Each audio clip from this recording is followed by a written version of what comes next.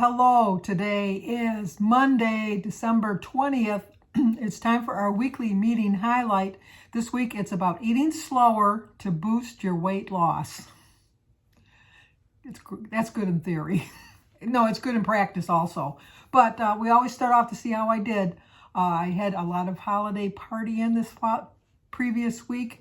I did try to be very mindful, so let's see how I did.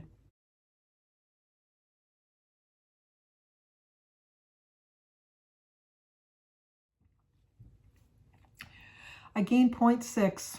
236.8 is what I weigh now for a total loss of 67.4. I'm disappointed in myself that I had a gain. This is holiday season. It's not turning out like I had planned. I was planning for a no-gain holiday. I'm not going to be very successful at it this year, but that doesn't mean that I'm not going to keep trying, because I really am going to keep trying. And I'm hopefully going to get myself in gear here really quick, and I'm going to follow the plan here of eat slower to boost my weight loss. I'm a pretty slow eater anyhow, but unfortunately the things I eat slow are very high in calories and sugar, and they're higher in my point values than I need. So I need to be a little bit more diligent about that. So the one thing they tell you to do this week is to truly savor your meal. I went out with my girlfriend for a Christmas lunch. And I did order mindfully. We went to Panera's and I did have a half a sandwich and a bowl of soup. And I just enjoyed the time that we were together. There was hardly anybody in the restaurant. So we weren't feeling rushed in any way, shape, or form. And we were there over 2 hours, just enjoying the time. But I still had things along the week that I didn't really savor. So I should have been following that advice. But it said here, to let the sloth be your spirit animal, at least while you're eating. By pacing yourself, you'll find balance between enjoying your meal and staying on track. Too many of us, I think, and I'm including myself in this, is we eat things so fast. I've had my share of fudge this week. I've had my share of candy. And if I was going to be honest with you, I can tell you that I didn't savor every bite of it. I just ate it like it was my last meal or something. I don't know what it is. The thing with me is the sugar triggers something in me that just tells me that I'm never satisfied. So it doesn't matter the smallest little amount of sugar I have, it's never enough. And I could eat not that I would, but I mean, I could sit down and eat 10 candy bars. But that sugar would tell me, 11th one would taste even better. And it really wouldn't, because the first bite of the candy bar should have been enough. It really should have been enough. But I didn't take time this week to just really enjoy my food. And that's on me. That's not on anybody else. Taking slower bites can help you tune into the delicious flavors of your meal and recognize when you're getting full, which will prevent overeating and nudge you closer to your weight loss goal. I had that problem this week. I just kept eating. I just enjoyed it so much. It's things that I don't have during the year, and I have to do better with that. And I will do better. I know I will. I've done better in the past, so I know I can do better in the future. When researchers compared hurried and leisurely eaters, they found the latter group better maintained their weight loss. I eat slower, unfortunately, not so much to savor my food. I don't have a lot of teeth in my mouth, and so it's a little bit harder to chew things. I have to chew them a little bit harder, a little bit longer.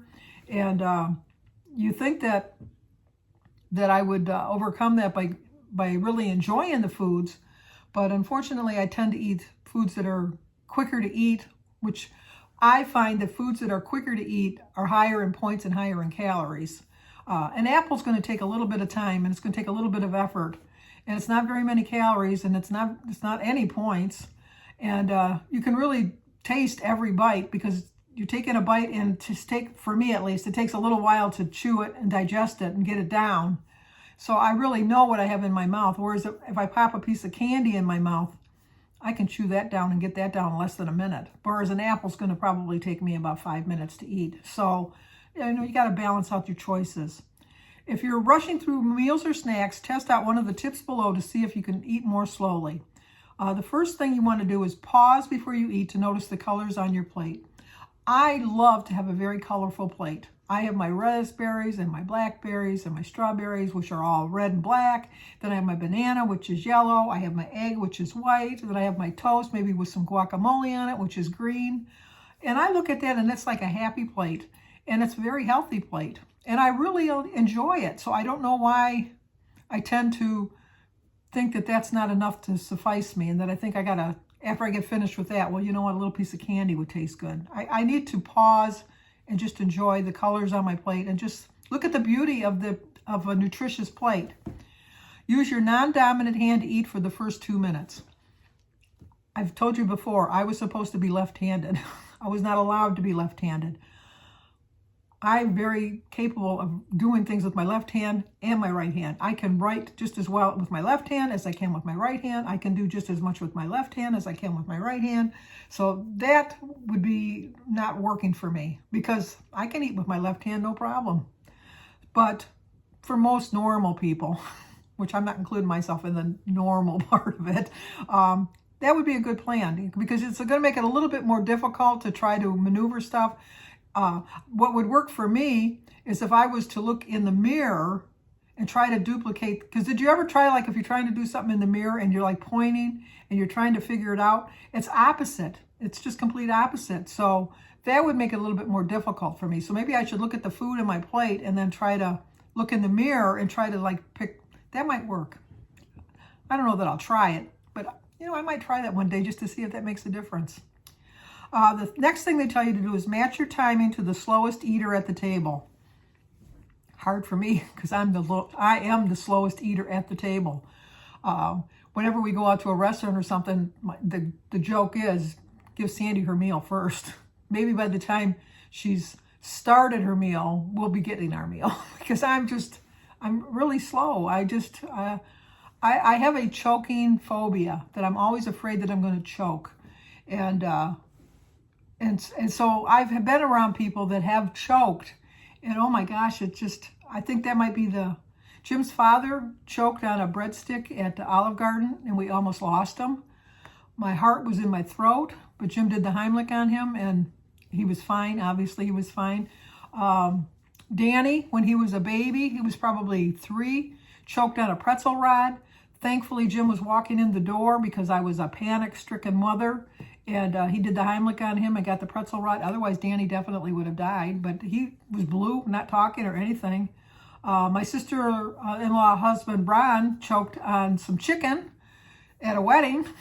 It's like, why is everybody choking around me? I'm kind of getting a phobia now that I'm mentioning it.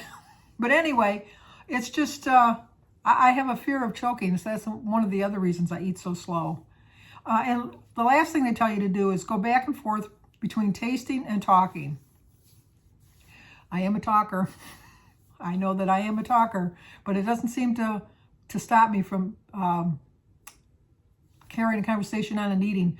My biggest pet peeve is people that talk with food in their mouth. So that could be another reason I'm such a slow eater, is because I will not talk with food in my mouth. And yeah, that adds to it now that I'm thinking about it.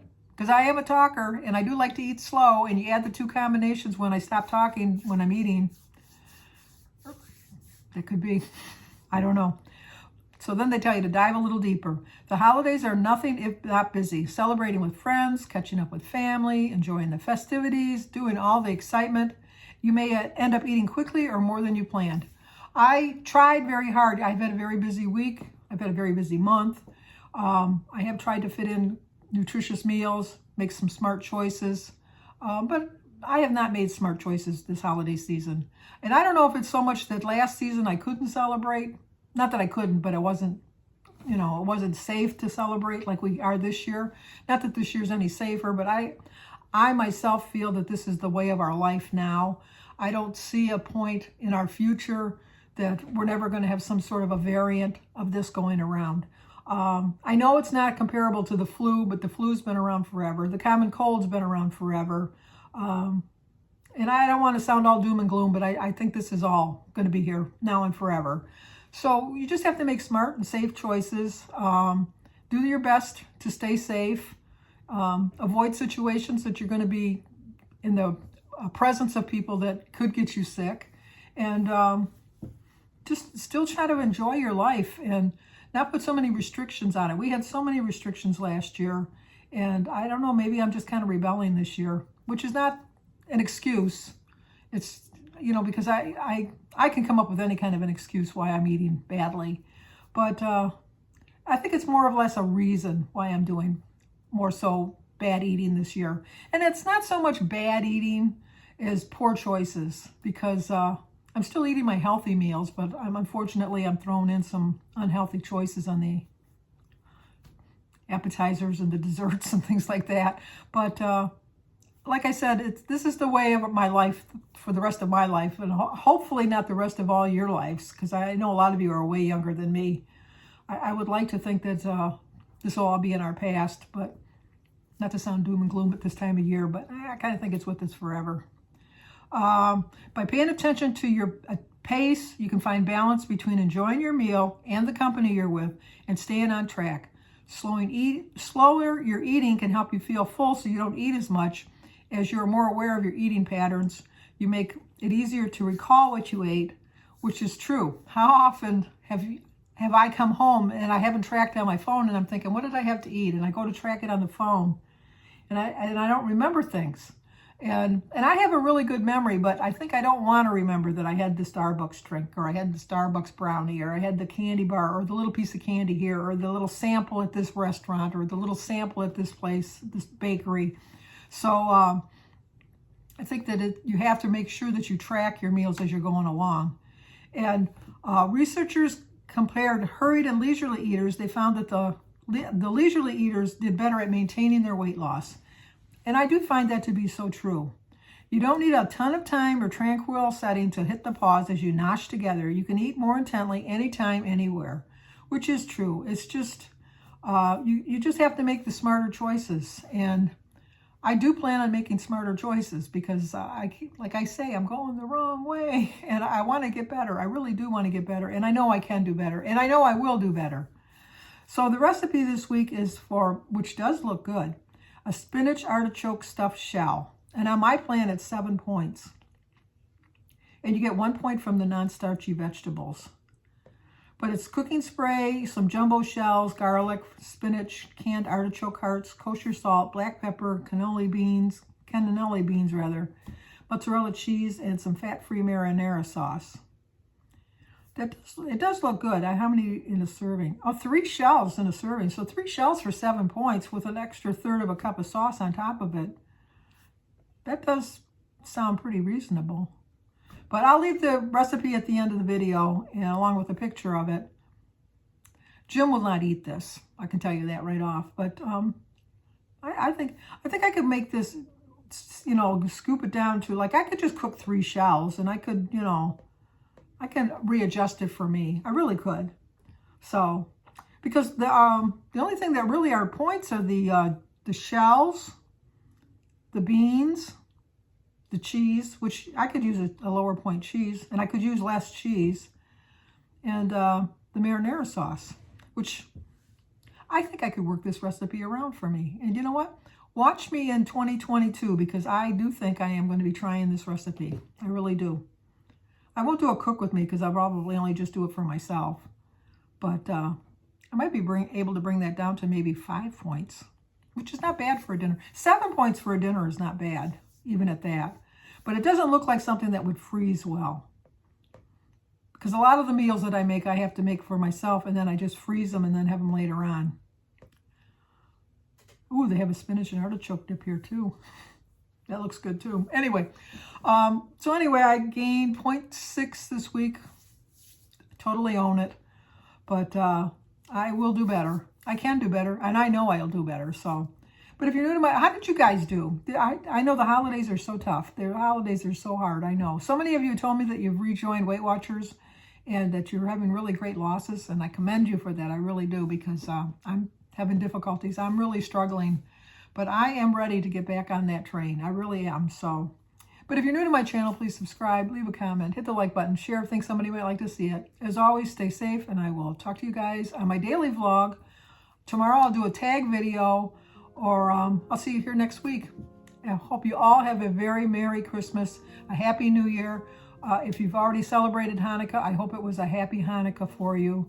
And whatever religious holiday that you celebrate, whether it's Kwanzaa or Hanukkah or Christmas, I wish you all the best. So talk to you guys very soon, I hope.